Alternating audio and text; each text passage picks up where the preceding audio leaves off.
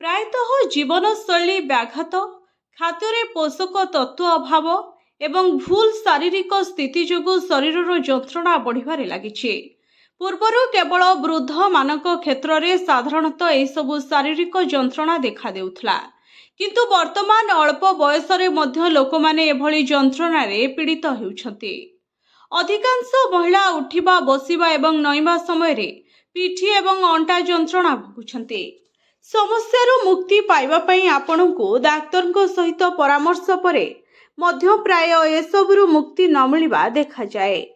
ତେବେ ଏମିତି କିଛି ଯୋଗ ଆସନ ରହିଛି ଯାହାକୁ ଅଭ୍ୟାସ କରିବା ଦ୍ୱାରା ପିଠି ଏବଂ ଅଣ୍ଟା ଯନ୍ତ୍ରଣା ହ୍ରାସ ପାଇପାରେ ଏବଂ ସ୍ଥିତିରେ ଉନ୍ନତି ହୋଇପାରେ। ଭୁଜଙ୍ଗାସନ ଅଭ୍ୟାସ ବେକ ଏବଂ ମେରୁଦଣ୍ଡ ପାଇଁ ଖୁବ୍ ଲାଭଦାୟକ ହୋଇଥାଏ। ହରମୋନ ଅସନ୍ତୁଳନର ସମସ୍ୟା ଥିଲେ ମଧ୍ୟ ନିୟମିତ ଭୁଜଙ୍ଗାସନ ଅଭ୍ୟାସ କରିବା ଉଚିତ।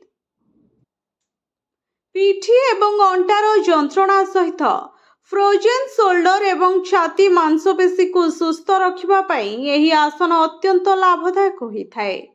ଏହି ଯୋଗାସନ କରିବା ପାଇଁ ପେଟ ଉପରେ ଶୋଇ ପାପୁଲିକୁ କାନ୍ଧ ତଳକୁ ରଖନ୍ତୁ।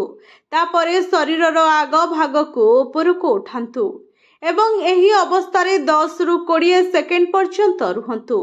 ପରେ ପୁଣି ସାଧାରଣ ଅବସ୍ଥାକୁ ଫେରି ଆସନ୍ତୁ।